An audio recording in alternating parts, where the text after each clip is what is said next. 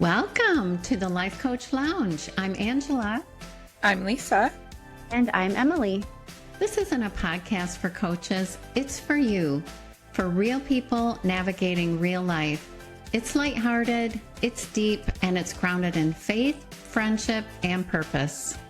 And once a month, you can join us in our virtual Life Coach Lounge on Zoom. So pull up a seat. The Life Coach Lounge is open. Hello, friends. Welcome back to my favorite day of the week. It's Tuesday, and I'm here with my friends Emily and Angela and all of our listeners. And we're going to jump right into it today because I have been thinking about the conversation we had last episode. So last episode, the three of us got really personal and we talked about who we were before coaching, which if you listen to that episode, you might remember some of us were like, ooh, I don't know if we would be friends right now if we were all our old selves. And then we talked a little bit about the shift once we were either coached the first time for ourselves, once we went through certification, and then where we are right now. Like, who are we continuing to become? And so that conversation has kind of been sitting with me ever since. And as you all know, the three of us get together in what we call the Marcos on a daily basis. And so we've had little sidebar conversations about that episode. And I kind of took the opportunity to kind of look at my adult life and thinking a little bit about not just that episode, but episode 57, where we talked about our seasons and how that pertained to certain seasons, quote unquote, of our lives. So I took that and I kind of made like a little map, if you will, like a journey for myself. And what I chose to do was I picked a letter and then I chose words that kind of went with the letter of choice. And then I brought it to my girlies here, and they kind of took and ran with it in their own ways. So today's going to be really fun because we all are kind of mapping out different quote unquote seasons or the before, shift, and after, and just kind of taking a look at where we've been and who we are now and who we are becoming. So I'm going to walk you through my 4 words and then I'll let the two of them do the same and kind of explain how they came about their map journey. But Angela and Emily, do either one of you have any residual thoughts from our conversation from the last episode? Did you walk away like I did and kind of feel like, oh man, when she was reading True Self, False Self, I was like, what? True self, false self is always a good reminder. I mean, kind of like a good reminder in air quotes, like cold water splashed on your face, kind of a thing like, oh, well, okay, yes, I'm kind of parked in false self at the moment. So that really got me. I'm so glad you wove that into that episode because it's always good for me to look back and go, oh, here I go again, falling into old habits. So thank you for bringing that up. Yeah, I loved that reminder as well. I feel like it's something that I could bring forward like almost every quarter, not just when we record an episode and we mention true self, false self, but like really do a little deeper dive. I need to frame that and like put it right where I can see it because every time I revisit it, it's like, yeah, great reminder again. And I think we put it in the Did we put it in the show notes of the last episode or in the private group? Somewhere we have a link to that. Yes, check out the show notes. We will make sure we have the link for you to get that graphic so that you can print it out for yourself. I agree. And Lisa, you said that would be something great to visit every quarter.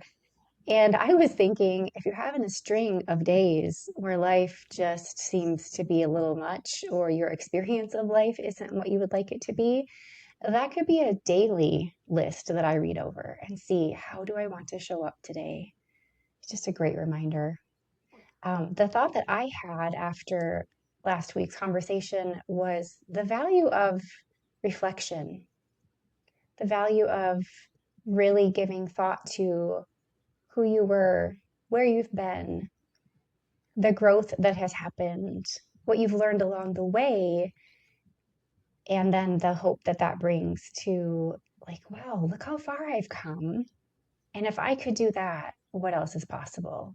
So the value of reflection is something that really stuck for me, which is why I'm glad we're having this conversation too, because this goes even deeper into that reflection.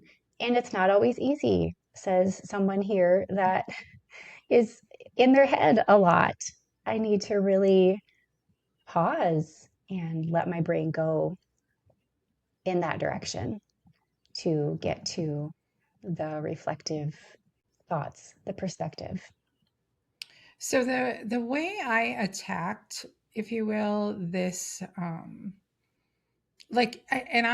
didn't really overthink this. I wanted to just take a closer look, like you said, like just put it into perspective, because I think it is valuable for us to not skim over our lives. It doesn't have to be, well, we did it, it's done, it's over, move on. You can do that, but there's so much value in the life that you have lived, are living, and have yet to live. So I, like I said, I chose to just create it and pick a letter. And actually, full disclosure, I wrote down a bunch of words when I was thinking about like maybe my 20s to 40s, or like my sections of time, kind of like we did in the episode 57. And then I used a thesaurus, because some of the words I was writing down did not actually start with the letter that I had originally intended. So, I don't think that's cheating. I think that's just using my resources. So for me, it was kind of four different words. The first one for me is perfection. So from like my 20s to 40s, and I know that I talked about that in episode 57, I was very much a perfectionist. I grew up for a good portion of my life as a single, like the only child, single mom, only child. I had a lot of responsibility. I was expected to do things when I was told to do them. So perfectionism was not a villain. I just kind of took it on as an identity from my childhood. And then it carried me through my early adult life.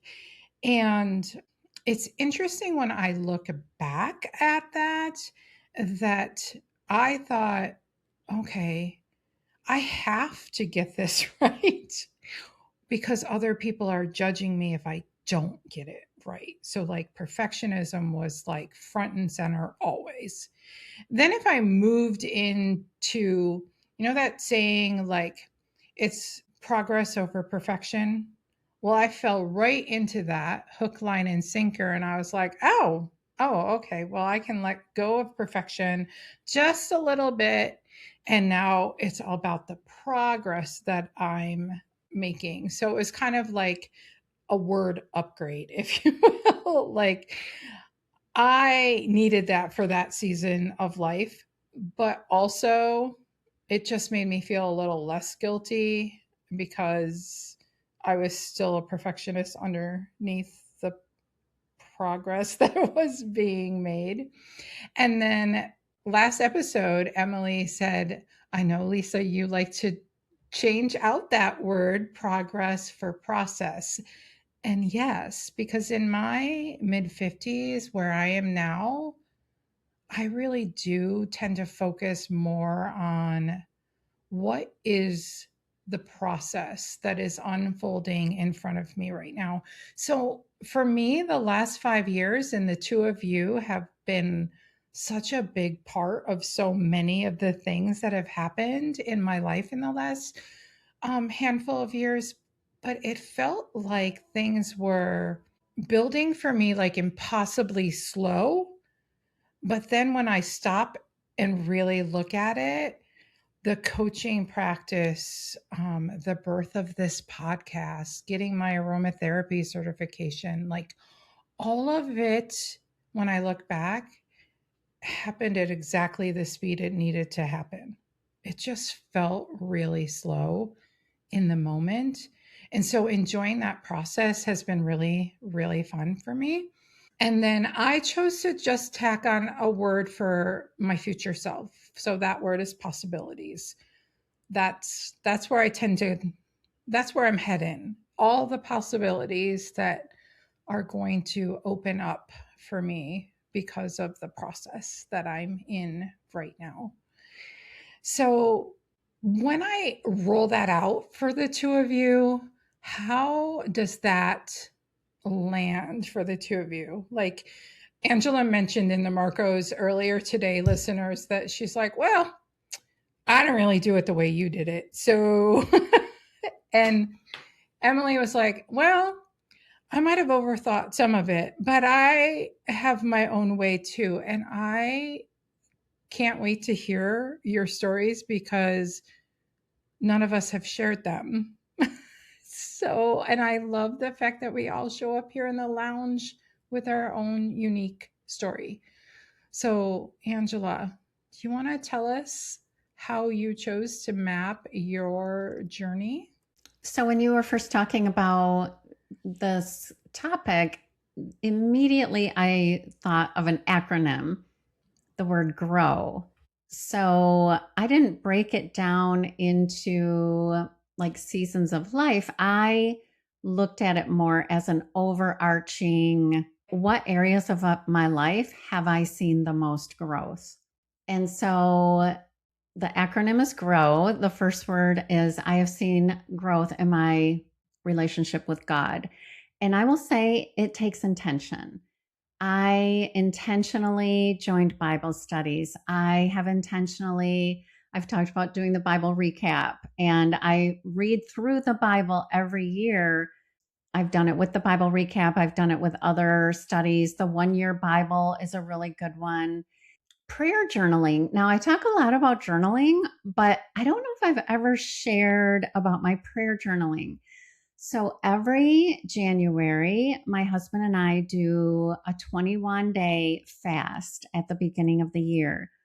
And several years ago, maybe 4 or 5 years ago, during the fast, what I decided to do is just write a prayer every day during my fast. And I like we used to say, like, don't overthink it. I didn't overthink it. Like, whatever was on my mind that day, that's what I wrote out in a prayer. And not a long prayer, like one paragraph, two paragraphs, maybe at the most. And just wrote it out. And the next day wrote it out. So I had this little book with 21 days. Well, then the next year I did the same thing. And then the next year I did the same thing. So now I'm 4 or 5 years into prayer journaling. And that's what I use every single day. I pray one of the prayers out of my little homemade prayer book, essentially.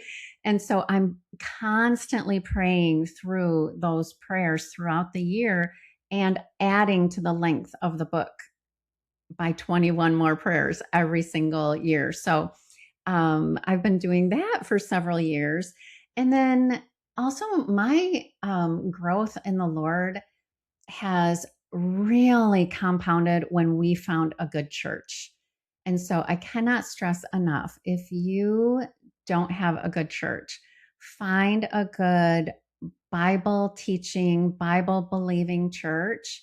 And I mean, church is just school. Just think of it as school. When you love the Lord, you want to learn more about Him, and church is a great place to do that. So the second letter is R, and I have grown a lot in relationships. So I know it's kind of an oxymoron to say adult kids or adult children, but I have really been trying to grow and learn in this season about having relationships with my adult kids. New friendships. You guys, I've had a lot of growth with new friendships in the past few years, and that's been amazing. My husband and I have also grown in our relationship. We hired a marriage coach a little over 2 years ago, and we've been meeting with him regularly, and it has really created a lot of growth in our marriage. So O is outreach. And when I was thinking about this, I was like, thank you, Zoom, and thank you, Internet, because we have so much ability to reach more people now than we did, 15 or 20 years ago with social media and Zoom. And just think of all the relationships we built. I mean, we met on Zoom. So, I mean, it's crazy to think about. Like, you can have deep, meaningful relationships, even with people you've never met in real life. It's kind of crazy. The coaching groups that we've been a part of, we've had a lot of outreach with that. And then giving. My husband and I love to be generous with missions work. We love to give to missions, and through our church, we're able to give. One fun one that we love to give to is we donate to buy these big concrete bunkers, basically, is what they are. And they place them near playgrounds and schools in Israel. And when there's an air raid siren, the children run into these bunkers and they're safe inside of them. And then there's a little plaque on the wall that says, from your friends at Res Life Church in Granville, Michigan. And so they know who it's from. But we've put several of those in Israel. So it's just fun to have, be creative with outreach. And my husband and I have really grown in that area. And then the W is kind of the, okay, this is the hard one, but waiting. I have had a big season of waiting, especially in the last 5 years. And, we all go through times of waiting, but this one was especially long. And in some ways, it's not over yet. Waiting for prayers to be answered, doing a lot of waiting and trusting.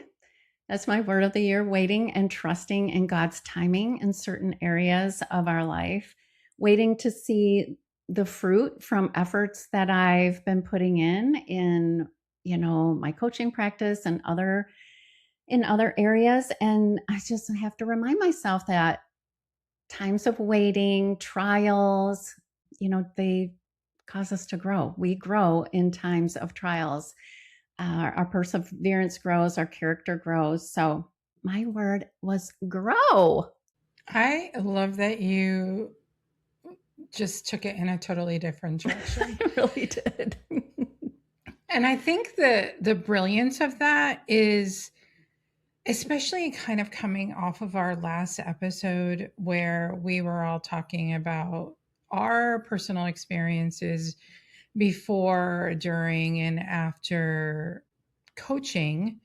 And so now if we're looking at like our life and giving our listeners, as well as ourselves, but giving our listeners like a way to just one example, like how to just look at your life. Like, you took it one way, I took it another way, and I have no doubt that Emily's going to come at it from, another unique perspective.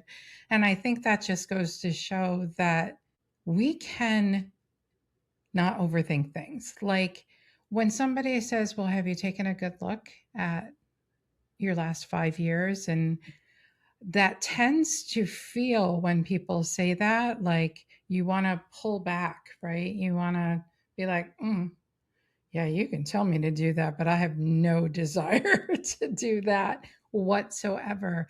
But you can do it in like a really fun way with curiosity. I think we say a lot here in the lounge, like drop the judgment. Like if there's one thing that's not really welcomed here in the lounge, it's being judgmental of others as well as ourselves. So just drop the judgment and just take a look. You might be surprised, just like Angela says a lot when she talks about journaling, and then looking back and being like, oh my gosh, really? I had all that in my head? Like you might just be surprised. Did you have any one of those words, Angela, that was like, oh, that one feels really good? Well, oh gosh, I waiting mean, you does said not feel waiting good. didn't feel so good. So I'm Waiting just does not feel good, but I will say it brings tremendous growth, a tremendous growth. And so it really is locked in with the acronym. But another thing that came up for me, and I talked about this when I talked about growing in God, is intention. So many of these things take intention. Now, waiting, you can wait without being intentional for growth. You can do a lot of complaining, a lot of griping, a lot of gossiping while you're waiting for things.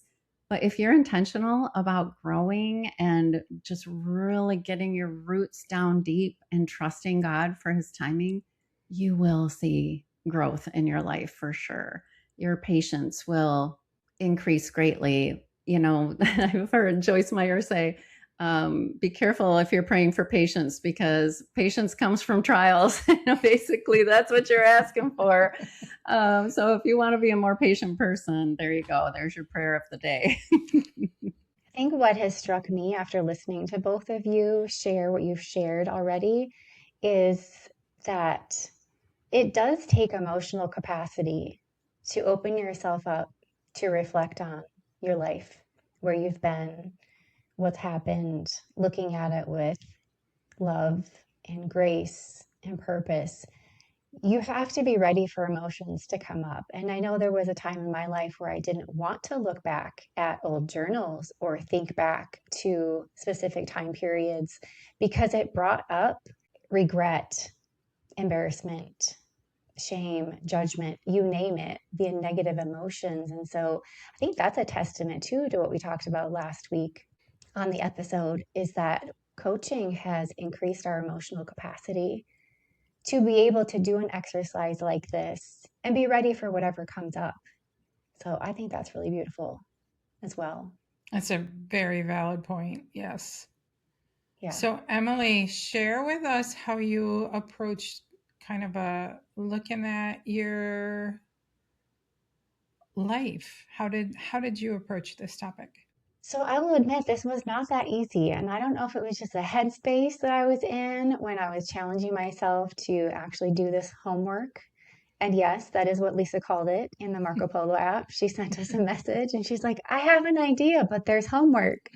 At the time, as I was listening to your Marco, I was like, oh, no, no problem. We've had homework for prepping for the podcast before.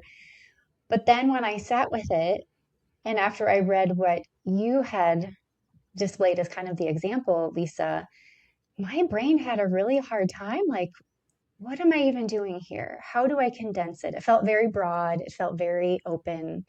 So once I wrapped my head around the fact that I can make this be my own thing, that I can bring my own perspective to it, then it was much easier. So I landed on the letter C, and my 4 words were cautious, curious, courageous, and confident. And a lot of my reflection on my life, where I've been, who I was at these different stages of my life, is very much tied to my faith journey as well.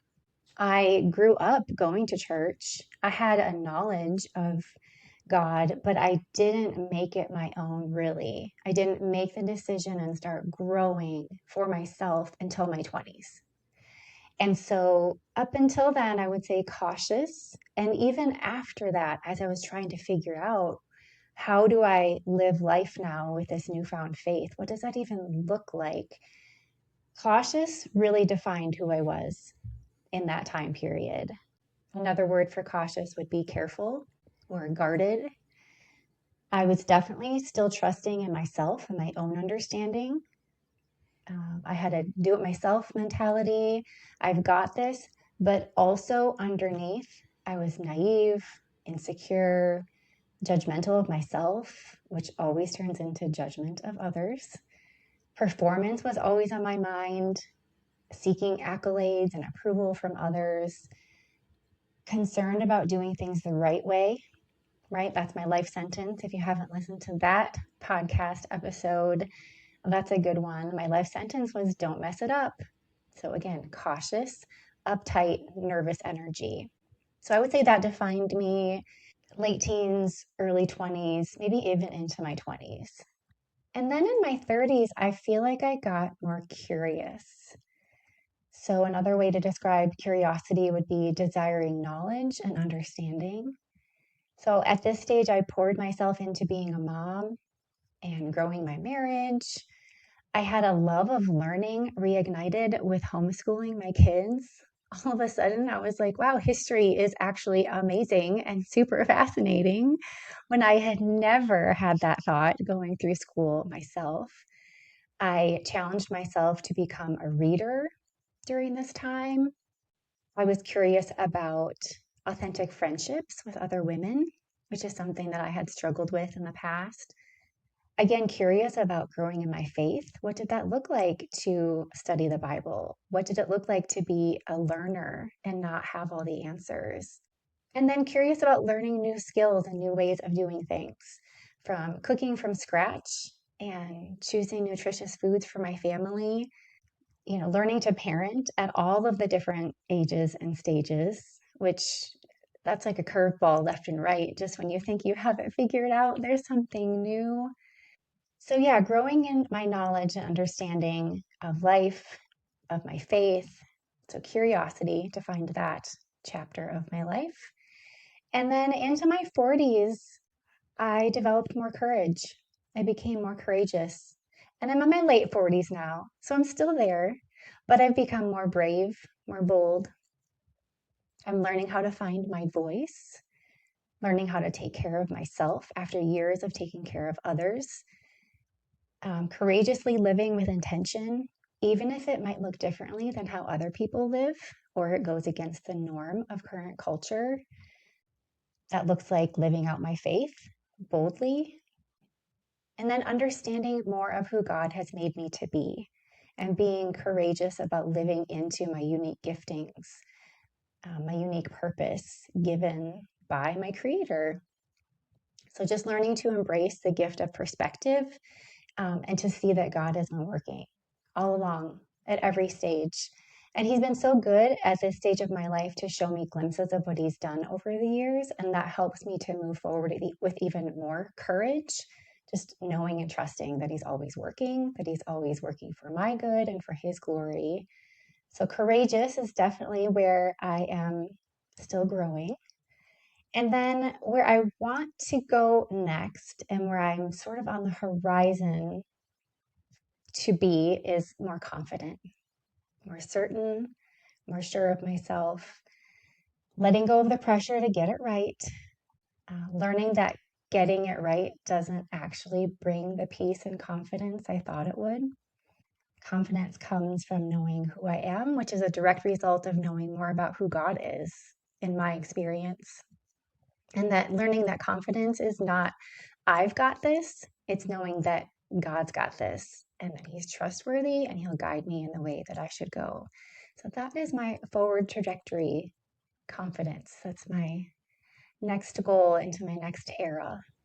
Your four words that you chose, I actually can see each one of those words in just the short period of years that I've gotten to know you.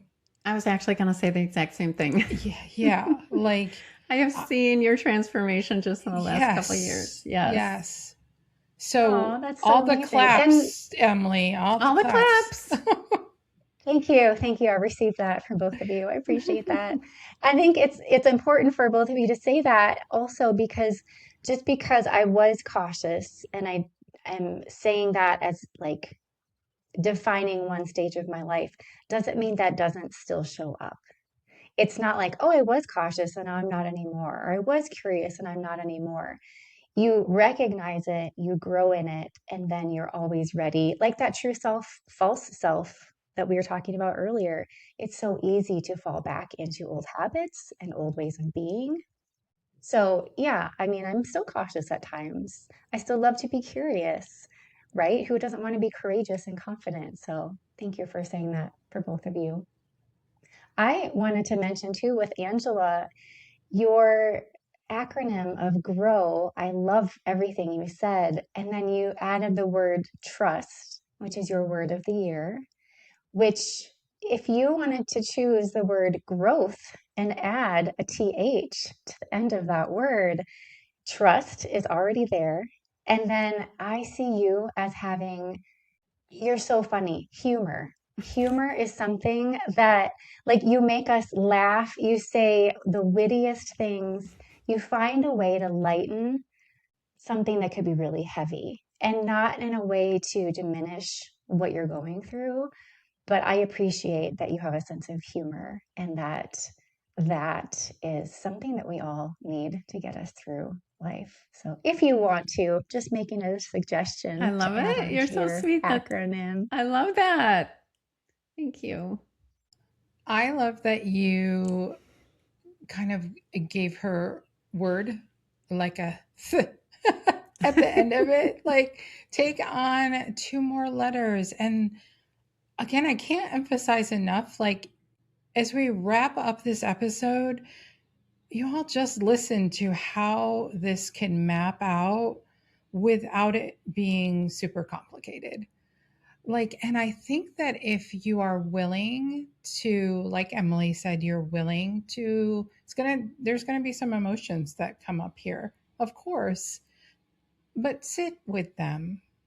Just, and without judgment, just be like, yeah, that was me. And look at me now. Or maybe you're not thrilled with what is happening right now. It's still okay to just sit with that. But I think it's important to do that. So I would love it if our listeners took from this episode however it looks for you. You can pick a letter like Emily and I did. You can pick an acronym like Angela did. You can share it maybe with a friend, maybe challenge another friend to do the same thing so that you can have a conversation like we just did and get some feedback on it, because doing that with someone who knows you well is going to open your eyes even more to things that you're like, oh my gosh, you're so right.